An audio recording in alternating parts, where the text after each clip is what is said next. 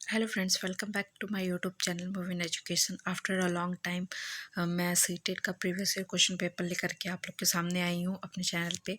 तो ये पेपर है 20 अगस्त यानी 2023 अगस्त का ये पेपर है, जिसमें कि ऑफलाइन मोड में हुआ था। सबके लिए सेम पेपर था। तो ये सोशल साइंस से रिलेटेड पेपर है, तो आप सभी के लिए ये हेल्पफुल होगा। तो देखते हैं हमारा जो सीडीपी है, सीडीपी के क्वेश्चंस देखेंगे कैसे क्या है। तो सीडीपी में हमारा पहला क्वेश्चन है कि निम्नलिखित में से कौन से प्रश्न बच्चों के समालोचनात्मक एवं रचनात्मक चिंतन को बढ़ावा देते हैं, यानी कि जो हमारी क्रिटिकल थिंकिंग है और क्रिटिकल और क्रिएटिव थिंकिंग किसको बढ़ावा देती है। पानी के बचाव के लिए सबसे अच्छा तरीका कौन सा हो सकता है और क्यों। आपके शहर में पानी कहाँ से आता है। आपके देश में कुल कितने राज्य और कितनी राजधानियाँ हैं। आपके देश का नाम व मानचित्र पर इसकी भौगोलिक स्थिति क्या है। तो फर्स्ट ऑफ ऑल जो क्रिटिकल और क्रिएटिव माइंड के बच्चे होंगे वो PYQ टाइप के क्वेश्चंस MCQ टाइप के क्वेश्चंस का आंसर नहीं, वो मतलब अपनी थिंकिंग, अपनी लॉजिकल थिंकिंग को ब्रॉड करके यानी कि बढ़ा चढ़ा करके उनको जब क्वेश्चंस के माध्यम से बहुत ज़्यादा अपनी क्रिटिकल थिंकिंग की यूज़ कर सकें। जैसे कि कोई क्वेश्चंस है कि आप दिल्ली के बारे में क्या जानते हैं, क्या राय है आपकी, तो उसके विषय में लिखना। या फिर ये कह लीजिए कि भारत, ये लिखेंगे तो वो क्रिटिकल थिंकिंग, वो अपने थोड़े से सोच विचार के अकॉर्डिंग वो उस पर लिखेंगे। लेकिन अगर ये पूछा जाए कि भारत की राजधानी क्या है, तो इसका आंसर तो एक ही है, तो वो है दिल्ली। तो बच्चा दिल्ली जवाब देगा। तो इसमें क्रिटिकल थिंकिंग की यूजेस नहीं है। तो देखा जाए तो पानी के बचाव के लिए सबसे अच्छा तरीका कौन सा हो सकता है और क्यों। तो इसमें बच्चा अपना अच्छा राय दे पाएगा। तो option number A is the correct. तो option A is the correct. फिर नेक्स्ट क्वेश्चन देखते हैं। फिर आता है आपका समालोचनात्मक चिंतन यानी क्रिटिकल थिंकिंग में प्रमाण की क्या भूमिका है। तो प्रमाण का तार्किक और सुनियोजित मूल रूप से मूल्यांकन किया जाता है। प्रमाण को बिना विश्लेषण के स्वीकार किया जाना चाहिए। और फिर इसके बाद तीसरा ऑप्शन है समालोचना चिंतन के लिए प्रासंगिक होना चाहिए। प्रासंगिक होता है व्यक्तिगत राय के पक्ष में प्रमाण की अपेक्षा की जानी चाहिए। तो option A is the correct. क्यों? क्योंकि option A is the correct. इसमें सॉरी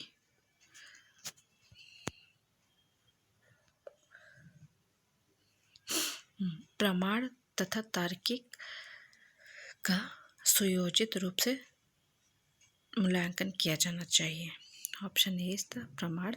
फिर थर्ड क्वेश्चन आता है समावेशी शिक्षा में क्या शामिल है। समावेशी शिक्षा में क्या शामिल है। तो फर्स्ट ऑफ ऑल समावेशी शिक्षा होता है क्या है ये आप लोग जान लीजिए। पहले ऑप्शन सुन लीजिए। सभी शिक्षार्थियों के लिए मानक पाठ्यक्रम होना चाहिए।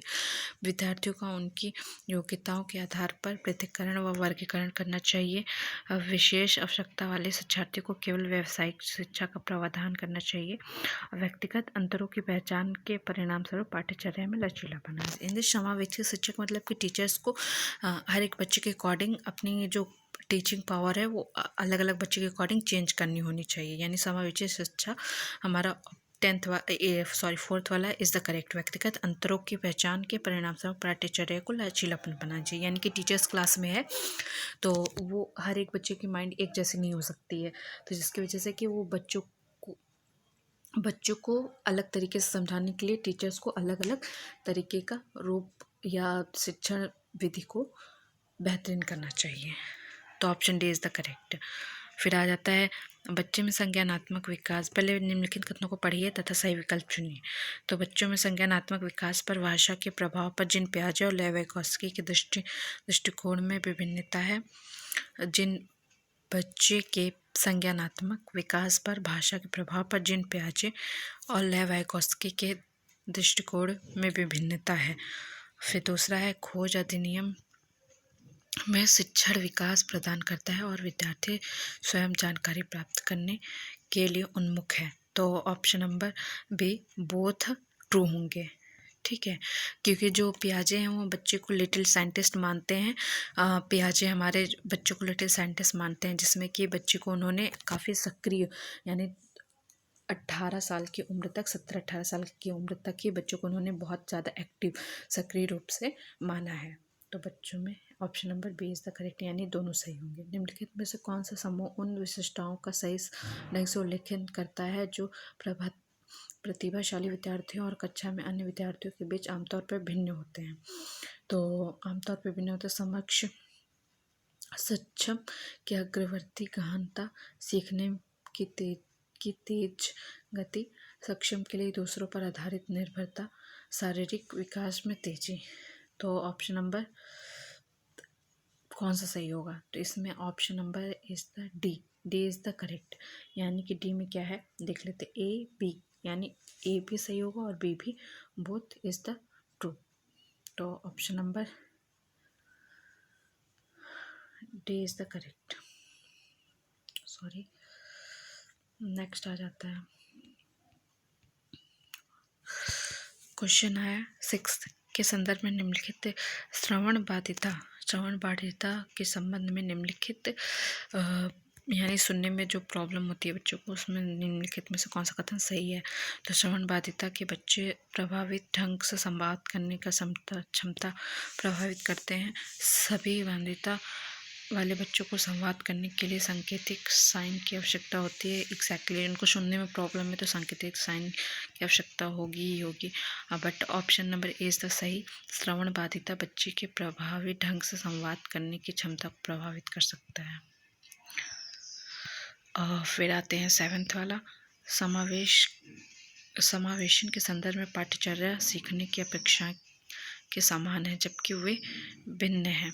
तो ऑप्शन नंबर डी, एकेडमिनेशंस मॉडिफिकेशन, समायोजन एंड संशोधन, यानी कि जो समावेशन होता है वो बच्चों के माइंड में सीखने की अपेक्षा को समायोजन एकेडमिनेशन कहते हैं, जबकि मॉडिफिकेशन में वो भिन्न है। यानी कि एकेडमिनेशन की कोई बच्चा कुछ चीज़ें अपने माइंड में ऐड कर रहा है, जोड़ रहा है, और मॉडिफिकेशन का मतलब कि कोई चीज़ उसके माइंड में जो हाथी है तो वो हाथी वो सोच रहा है बट वो एक्चुअल में हाथी नहीं है, तो उसको मॉडिफाई किया जा रहा है, उसकी बुद्धि को मतलब बताया जा रहा है कि नहीं ये हाथी नहीं ये घोड़ा है, तो देन वो मॉडिफिकेशन कर रहा है, तो वो अपनी एकेडमिनेशन को सही कर रहा है, मॉडिफाई कर रहा है। फिर उसके बाद आता है 8th क्वेश्चन, संरचनावादी सिद्धांतों के अनुसार निम्नलिखित में से कौन सा कथन सही नहीं है? तो option number C is the correct, यानी प्रभावी अधिगम सुविधा करने के लिए शिक्षार्थियों को बाहरी रूप से प्रेरित करने की आवश्यकता है। मैं थोड़ा जल्दी करूँ क्योंकि टाइम बहुत ज़्यादा जा रहा है इसमें, तो मैं फटाफट बस क्वेश्चन पढ़ूँगी, आंसर बताते जाऊँगी आप लोगों को कि अगर आपको प्रॉपर CDP पे क्वेश्चंस वगैरह चाहिए या फिर आपको एज अ पूरे डिफिनेशन के तौर पे प्रॉपर पढ़ाया हुआ, मैंने इससे भी वीडियो अपलोड किया हुआ है, आप लोग जा कर के उसको भी देखिए। CDP के बहुत सारे टॉपिक्स मैंने कवर किए हुए हैं, तो उसको आप लोग एक वीडियो भी देखेंगे तो बहुत ज़्यादा हेल्पफुल होगा आप लोगों को।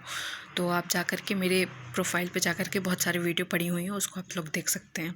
फिर नेक्स्ट आता है निम्नलिखित में से कौन सा आंतरिक प्रेरणा का उदाहरण है, यानी कि अंदर से आप मोटिवेशन, तो ये मोटिवेशन पे मैंने बहुत अच्छी खासी वीडियो बनाई है जो कि आपके लिए बहुत ज़्यादा हेल्पफुल होने वाली है, आप लोग जा कर के मेरा वो वीडियो देख सकते हैं। तो आंतरिक अभिप्रेरणा यानी कि अंदर से मोटिवेशन आए, अंदर से मोटिवेशन को ही मतलब बेस्ट मोटिवेशन कहा जाता है। तो option number B is the correct, व्यक्तिगत आनंद के लिए एक वाह्य यंत्र बजाना, यानी कि अपने व्यक्तिगत आनंद के लिए, मतलब खुद के जो अंदर से आपके स्वयं के आता है तो उसके लिए लोग ये करते हैं। फिर आता है नेक्स्ट क्वेश्चन हमारा 10th। तो 10th क्या क्वेश्चन, निम्नलिखित कथनों को पढ़िए तथा सही विकल्प चुनिए। शिक्षार्थियों को विद्यार्थियों में विशेष जाति समूहों के बारे में रूढ़िवादिता को तोड़ने के लिए कड़ी मेहनत करनी चाहिए। शिक्षा का एक प्रमुख उद्देश्य विद्यार्थियों को समालोचना आत्मचिंतन के लिए प्रोत्साहित करना चाहिए। तो इसका ऑप्शन होगा डी, बोथ आर, मतलब ए एंड आर ट्रू होगा, और क्या है ए आर ट्रू होगा, देन ए की सही व्याख्या है वो, ठीक है। फिर आता है 11th, महारत, निपुणता, लक्ष्य और प्रदर्शन, लक्ष्य में क्या अंतर है?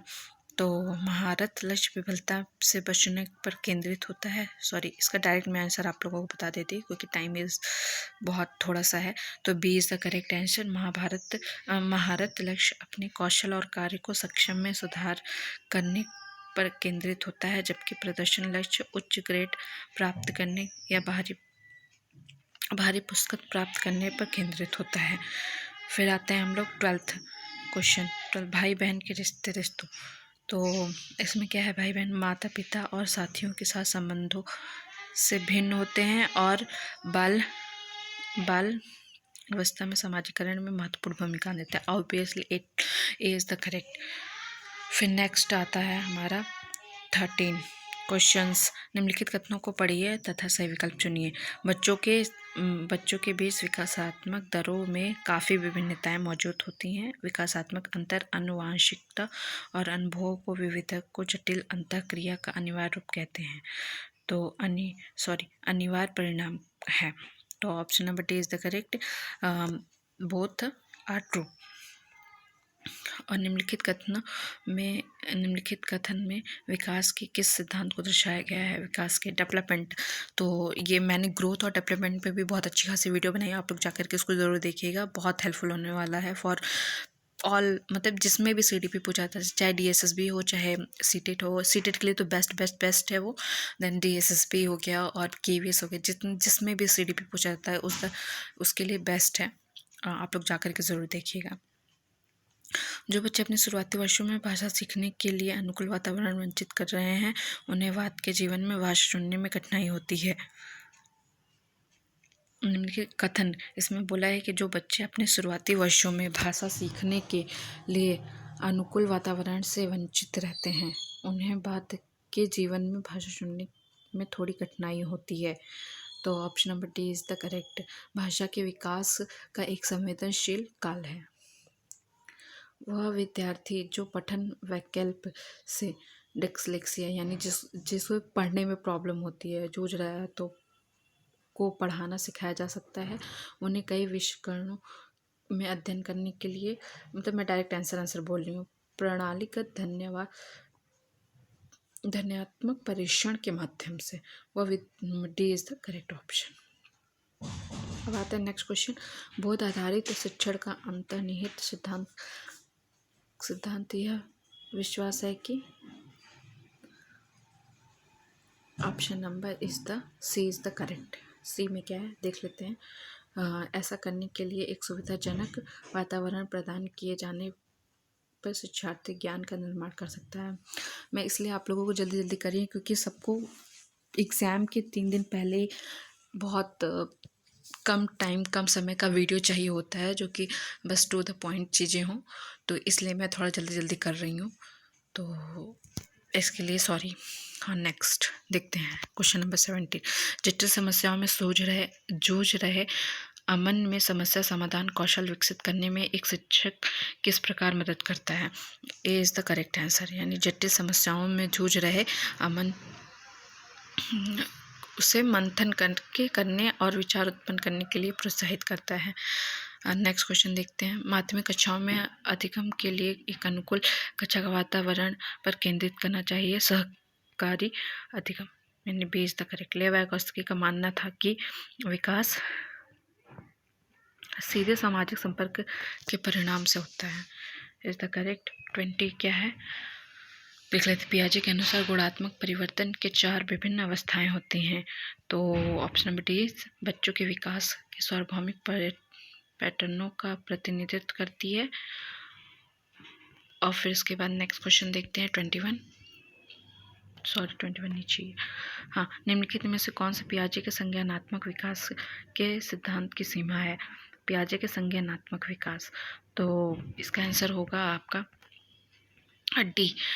यह संज्ञानात्मक विकास पर संस्कृति और सामाजिक कारकों को प्रभाव को ध्यान नहीं रखता है। यानी पियाजे के अनुसार वह अपने से ही वो सक्रिय होता है, अपने से बात करके अपने से ही आपस में जूझना ही उसके पियाजे के अकॉर्डिंग ये होता है। फिर उसके बाद आते हैं 22 का क्वेश्चन क्या है। प्रत्येक वर्ष लता जो कि कक्षा 6 की शिक्षिका है, उनके 7th की शिक्षिका है, उनके क्षेत्रों में कैरियर पर चर्चा करने के लिए एक महिला गणित प्रोफेसर और एक पुरुष नर्स को अपनी कक्षा में आमंत्रित करती हैं। तो ये कैसा है? तो A is the true and B is the R is the wrong. फिर नेक्स्ट देखते हैं,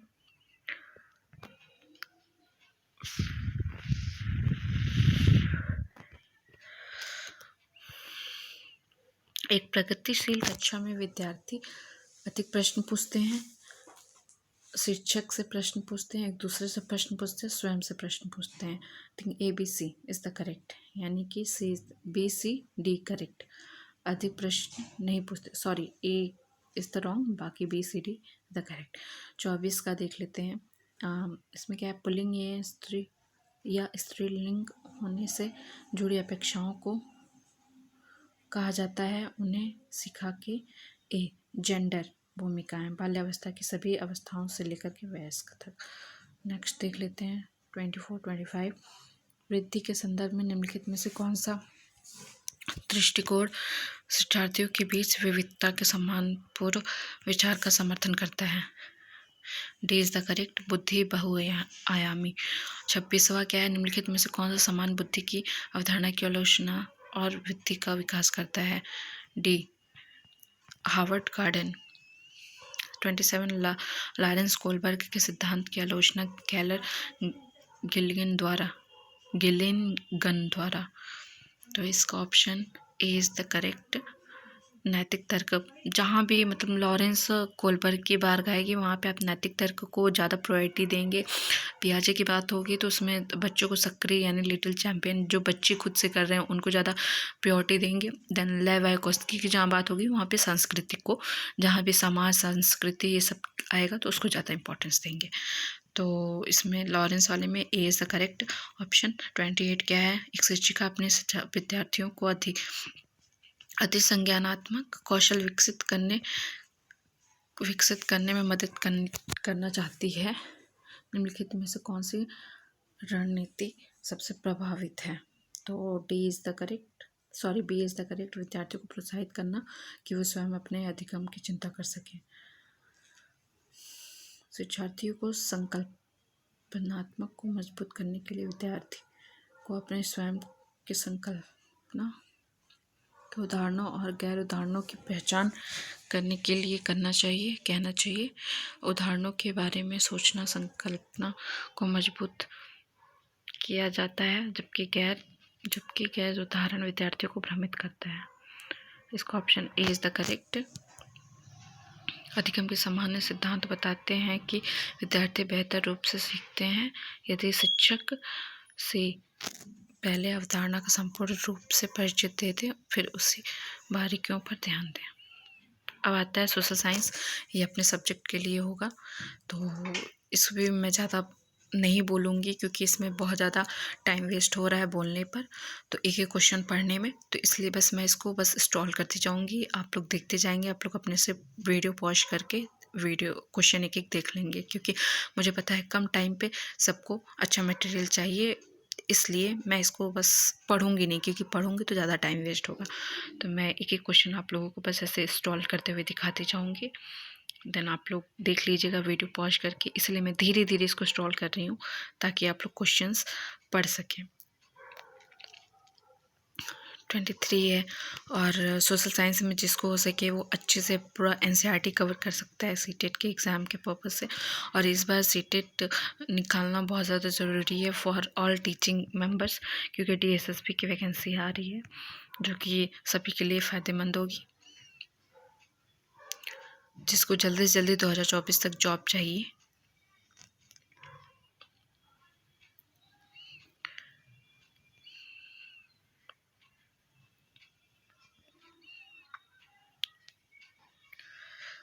आप लोग वीडियो पॉज करके देख सकते हैं जहाँ भी जो भी गलती होगी, क्योंकि मैं एक एक क्वेश्चन पढ़ूंगी तो आप सभी लोगों का टाइम बहुत ज़्यादा वेस्ट होगा। जैसे कि मैं सिर्फ बिना बोले एक एक क्वेश्चन को आप लोग को दिखा दे रही हूँ। और आई थिंक सोशल साइंस जिसका होगा वो तो उसमें थोड़ा बहुत जानता ही होगा। इसमें मेन जो जिसका सब्जेक्ट होता है वो अपने सब्जेक्ट पे कमांड कर सकता है, बट जिसकी CDP वगैरह जो पढ़ा होगा अच्छे से वो अच्छे से कमांड कर सकता है। CDP English pedagogy, Hindi pedagogy is the best. और ये प्रीवियस ईयर क्वेश्चन देखने के बाद आप लोग को मैं ज़रूर बोलूँगी हिमांशी मैम का वीडियो ज़रूर देखिएगा, बहुत अच्छा उन्होंने मैराथन लिया हुआ है, तो आप लोग उनका भी वीडियो ज़रूर देख लीजिएगा। तो जो लोग कम टाइम में ही तैयारी कर रहे हैं उन लोगों का कवर हो जाएगा बहुत जल्दी अच्छे से, 90 नंबर तो आ ही जाएंगे। ये 48 क्वेश्चन हो गया। इसमें ही सोशल साइंस पेडागोजी भी है और सब्जेक्ट का भी है। तो सोशल साइंस पेडागोजी भी है इसमें।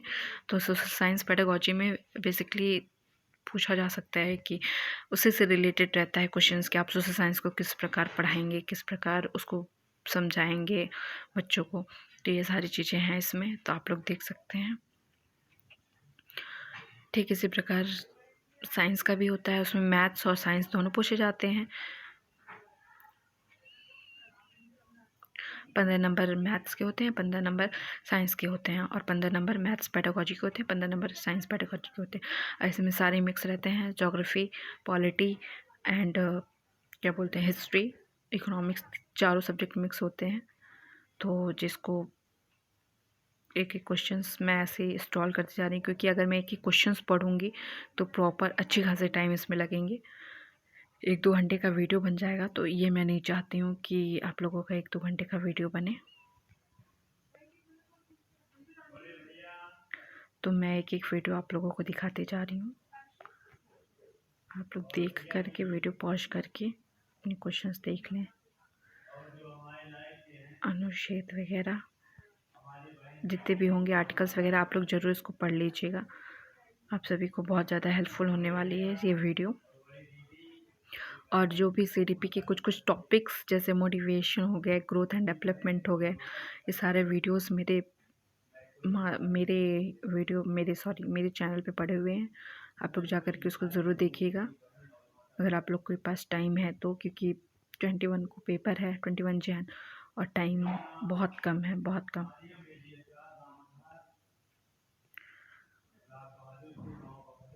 अब आप लोग देख सकते हैं ये सारी वीडियो।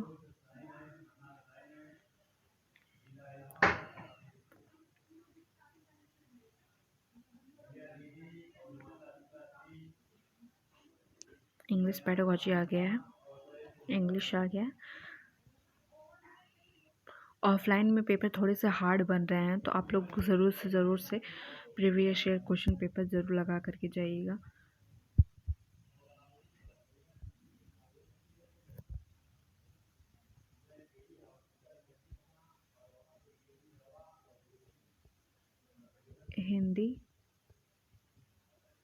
हिंदी आ गया, हिंदी पेडागोजी भी इसमें होगा, दोनों आप लोग ज़रूर देख लीजिएगा।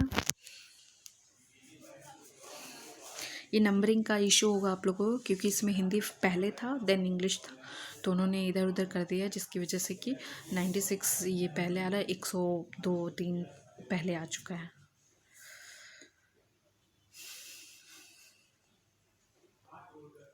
भारतीय कौशल विद्यार्थी अब 102 आ गया, विद्यार्थियों को वर्णन करते हुए 103, 104 जीवन के सुख दुख कविता, ये हिंदी पेडागोजी वगैरह आ गया है। गद्यांश वगैरह ज़रूर आप लोग एक बार लगा लीजिएगा, देख लीजिएगा क्या है कैसे है। तो ये यहीं पे समाप्त होता है video. Thank you for watching my video and please like and subscribe my channel. Thank you.